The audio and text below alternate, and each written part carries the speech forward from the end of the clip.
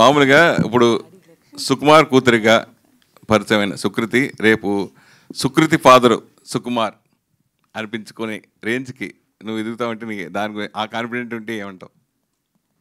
Sorry, నువ్వు Sukumar కూతురిగా Sukriti present ఇందాక topic వచ్చింది కదా, రేపు సుకృతి ఫాదర్గా సుకుమార్ అని ఎవరైనా అంటే ఏమంటావు?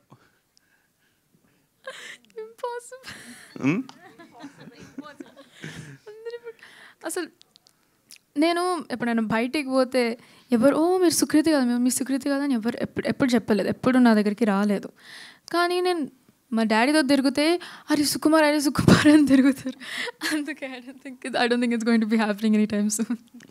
అంటే నీకు ఫర్దర్ అంటే చిన్నప్పుడు ఏదైనా డాడీ షూటింగ్ చేసినప్పుడు కానీ నేను కూడా యాక్ట్ చేస్తాను డాడీ, చిన్నప్పుడు తెలియక వయసు కదా, నేను కూడా యాక్ట్ చేయాలని అలా కోరిక ఎప్పుడైనా చిన్నప్పుడు నీకు కలిగిందా? అట్లా ఏదైనా సినిమా కూడా అడిగావా?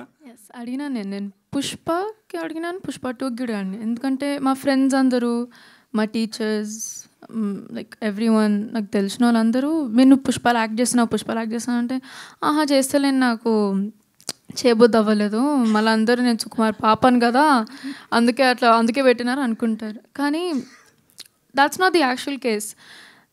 ఫస్ట్ అడిగేటప్పుడు ఆడిషన్ చేయప్పుడు చూద్దామని అన్నారు. అవునా? సరే, భవిష్యత్తు ఇప్పుడు ఆల్రెడీ నువ్వు ప్రూవ్ చేసుకున్నావు, డాడీ ప్రశంసలు పొందావు, మొత్తం అందరూ చూసాడు, అందరూ హ్యాపీగా. పుష్ప 3లో చేస్తావా లేదా ఫర్దర్గా ఎప్పుడైనా డాడీ డైరెక్షన్లో సినిమా అవకాశం వస్తే? చూద్దాం, డెఫినెట్గా. నాకు ఆడిషన్ మంచిగా వెళ్తే చూద్దాం, పాస్ అయితే చూద్దాం. సుకుమార్ గారు ఆడిషన్ లేకుండా తీసుకుంటారు అప్పుడు మళ్ళీ ఆడిషన్ ఇవ్వాలా పుష్ప 3కి? పదక పర్మిషన్ తీసుకుంటా. తప్పే మేడం.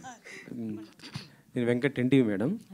అంటే పెద్ద పెద్ద స్టార్ కాస్ట్ ఉన్నటువంటి వాళ్ళే ఒక మెసేజ్ మూవీస్ తీస్తే జనాన్ని చూడనట్టు పరిస్థితి ఉంది ఇప్పుడు. సో